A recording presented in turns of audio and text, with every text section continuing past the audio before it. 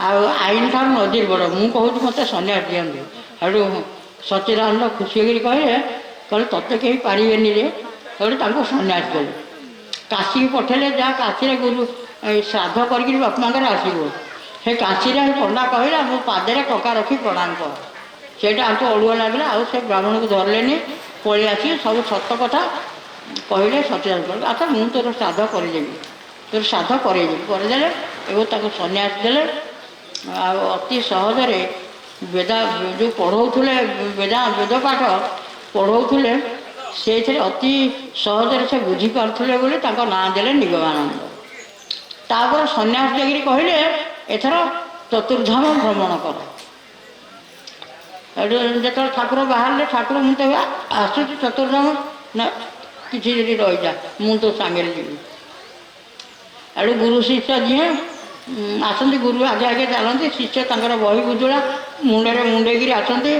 गोटे जगार रहती तार दिन ये घर चला से घर को पोड़ी जाकि माने काठ पत्र आणिक गोटे कुड़िया छोट छोट कुड़िया कर जाली जाती से गला बेलू बाटर गौरीमा बोली जो सिद्ध सन्यासिनी था पाख कहले देख सिद्ध सन्यासी पाख जावा पाख गले दर्शन करके बद्रीनाथ गले बद्रीनाथ ठाकुर पुणी जाइए मानसरोवर कि समस्त जानी ना ठाकुर मानसरोवर गले तापर फेरिकी पुणी गौरी माँ पाखे रही गौरी माँ कहले सच्चिदानंद तुमर ये चेला जब निर्विकल्प समाधि लाभ कर तेज ताकू मो पाख पठेदेव और गुरु कहले शुणिलुटी माँ कौन कहले से एम तो देखे साधक सन्यासी की देखा दिखती अति बुढ़ा बुढ़ा सिद्ध मैंने पाक जाती तापर गौरी माँ एक कहले आग निर्विकल्प समाधि हो तापर सत्यनारायण कहले देखे मुझे तोते जहाँ शिक्षा देती तू जोग योगाचार्य खोजी सरल बाटे जोगरे जा अति शीघ्र निर्विकल्प समाधि हो ना आपण ना मोर 40 वर्ष लगिगला मोर जोगी जन सहित संस्कार नथिला मोर तोर अच्छी तेणु तू जा पुणी बुझा नहीं गुरु खोजी बुलिले हेटू कोटा जंगल एमती बुलू बुलू कोटा जंगल जड़े भैरवी देखिले भैरवी कहले निगमानंद ये बाघर बहुत भय शीघ्र चल मुझे मो ना जाने तापर गले आ कि दिन गला कुड़िया थिला से कुड़िया आउ जन थे पाद धोइबा पानी देले किसी गोटे चौकुले किसी खाइबा देले दिन सारा खाई ना खाइले खाइले शोले पचारे निद होनी कहले कौन आउसी देवी ना ना ना कि ना ना गरम जो निद होनी ना गोटे कथा पचारि आपण कहीदे मत निद हम कौन ना ये सी किए जी मत बाट कहीदे आपण किए ना आम दीज जाँला भौणी जड़े सिद्ध गुरु कृपारू आम घर काश्मीर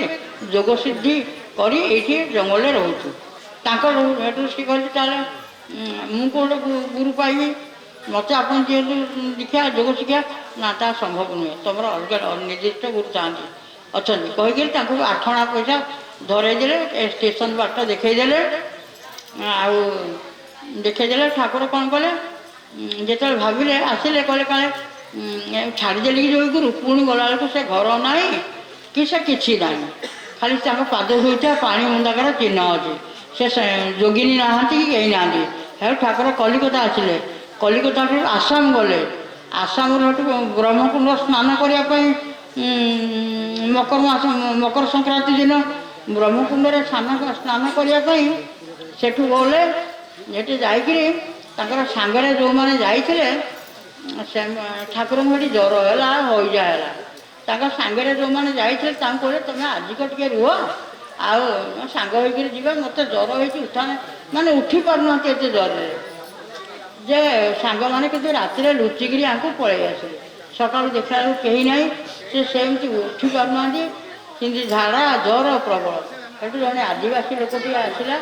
से आपको सफा सुतरा कला ता घर को लेकिन चेर चेर मिलकर पतर रसर औषध सब भल कला से दिन गोटे जगह रहा भल लगे विभिन्न जो बस्ती थाए ताकरी मान घर को जाए दिने कौन है जाइए जंगल बुली खंडिया छिंडा छता नहीं जाइए जंगल बुलू बुलू बुलू बुलू बसिक बसु बसु सब घर कथा पिलादिन कथा मन पड़ा सब भावुं सुधांशु बाबा मन कथा मन पड़ा बेलू सी से भावना मरीगले सन्ध्या हो गला आउ बाट पाइले कि आसिले देखिले गोटे गछ बड़े पाखे मूल बसते तो से गचर गोटे कोरोड़ अच्छे कोरोड़े काले कौन बाघ भालू किए थे भाविक कही छिंडा छतारे देले देखिले कहीं ना राति से बसिक से छताटा को ऊपर को टेकी देकर से कोरोड़ भितर शोले बसिक शोले तापर पाहांता बेलू जो सुलसुलिया पवन हो निद लगुच देखिले चारिकड़ निआ कई जल चारिकट आलोकित हो उठे देखिले जड़े जटाजुटधारी ना जड़े खूब सुंदर देह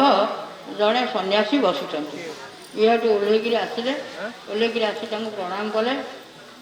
सी कौन कले या पाइला निजे बसी जो आसन गोटेले या खाली छाड़देले मो पछे पछे आ ये पछे पछे दौड़े जमी दौड़े बेले बेले भावुँ कौन कपाल कुंडला भाई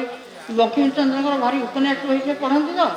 कहे कपाल ये मत गलिया नौ कि सेमती किसी है सी जो गले जा गोटे पर्वत तले गोटे गुंफा कपी कल काढ़ला बेले गोटे पत्थर काढ़े देखिले से काढ़े जमी आम कपी कल द्वारा पानी आणु से साहय से गुंफा खोले देखिले 2 बखरा घर अच्छी गोटे शास्त्र 3 बखरा घर गोटे शास्त्र समुद्र तालपत्र पोथी अच्छी गोटाक साधन भोजन करती आ गोटाक राम नदी ये कहले राति पाहांता मत देखिक तोर निश्चय मन में भय लगे कि तू राति से गछ कोड़े अच्छु बोली मुझे ते आने तापर ठाकुर पूर्वजन्म कथा सब कहते तू ब्रह्मानंदगिरी थिलु या थिलु से थिलु तापर कहले योगक्रिया ते मुझे शिक्षा देवी सेठू योगक्रिया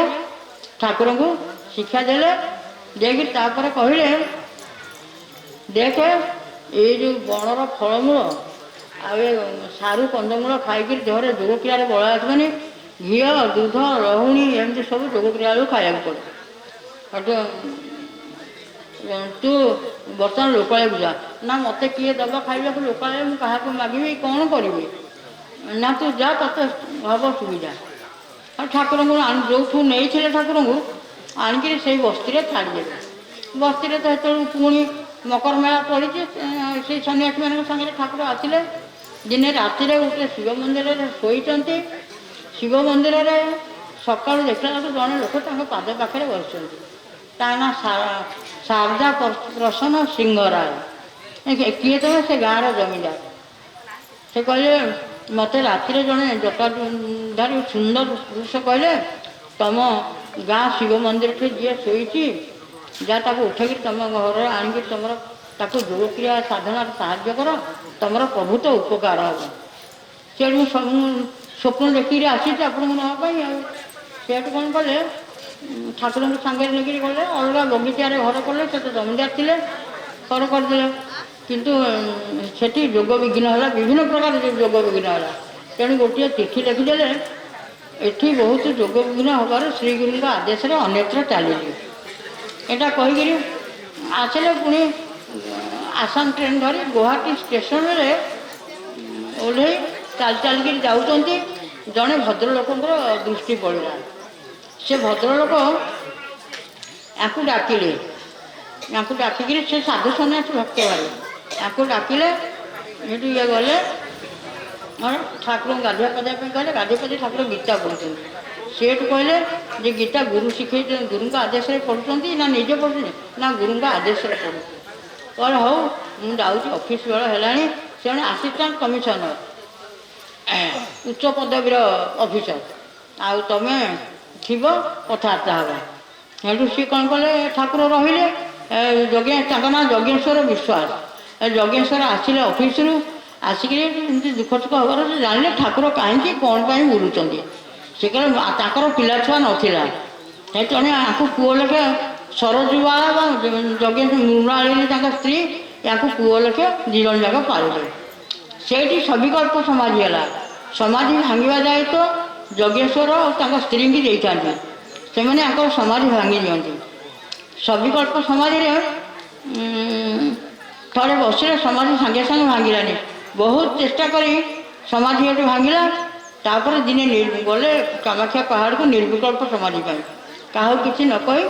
ନିର୍ବିକଳ୍ପ କହି ଆଜି ବହୁତ ଦିନ ହେଲା ସବିକଳ୍ପ ସମାଧିର ସ୍ୱାଦ ଚାଖିଛି, ଆଉ ନିର୍ବିକଳ୍ପ ସମାଧି ଆଜି ଯାହା କପାଳେ ଥିବ କହିକିରି ନିର୍ବିକଳ୍ପ ସମାଧିରେ ବସିଲେ। ବସି ଗୋଟିଏ ଗୋଟିଏ ଦ୍ୱାର ତାଙ୍କର ଖୋଲିଗଲା। ସେ ଉର୍ଦ୍ଧ୍ୱକୁ ଗମନ କଲେ ଦେହରୁ। ଆଉ ସେଇଠି ମୁଁ ଗୁରୁ ଅନନ୍ତ ଜ୍ୟୋତି ସତ୍ତାରେ ମିଶିଗଲେ। ମୁଁ ହେଠୁ ତାଙ୍କର ଗୁରୁ ବୋଲିକିରି ମୁଁ ଗୁରୁ ଏଇ ଅନୁଭବ ଆସିଲା। ଏଇ ଅନୁଭବ ହେଲା ପରେ ଏ ଜ୍ୟୋତି ସୁଦ୍ଧା ସମସ୍ତ ହେଇକିରି ଛୋଟିଆ ହେଲା ଏବଂ ସେ କେମିତି ବାହାରିଲେ ଘୋର ଅନ୍ଧାର। ତାପରେ ସେ ହେଠୁ କେମିତି ବାହାରିବେ ବୋଲି ଚିନ୍ତା କରୁଛନ୍ତି। ଜାଲ ଜାଲ ପଦାର୍ଥ ଦେଖିଲେ ସେଇ ପଦାର୍ଥ ଭିତରେ ଗଳି ପଡ଼ିଲେ। ଗଳି ପଡ଼ିଲେ ମାତୃଗର୍ଭର ଯନ୍ତ୍ରଣାଟା ଅନୁଭବ କଲେ। ହେଠୁ ତାପରେ କିଛି ପ୍ରଥମ ସବିକଳ୍ପ ସମାଧିରେ ତାଙ୍କ ଦେହ 6-7 ଦିନ ପର୍ଯ୍ୟନ୍ତ ଦୁର୍ବଳ ଲାଗେ, କିନ୍ତୁ ନିର୍ବିକଳ୍ପରେ କିଛି ଦୁର୍ବଳ ଲାଗିଲା ନାହିଁ। ହେଠୁ ଆସିକିରି ଯଜ୍ଞେଶ୍ୱର ଘରକୁ ଆସିଲେ। ସେମାନେ ବହୁତ ଖୋଜୁଥିଲେ ଆଙ୍କୁ,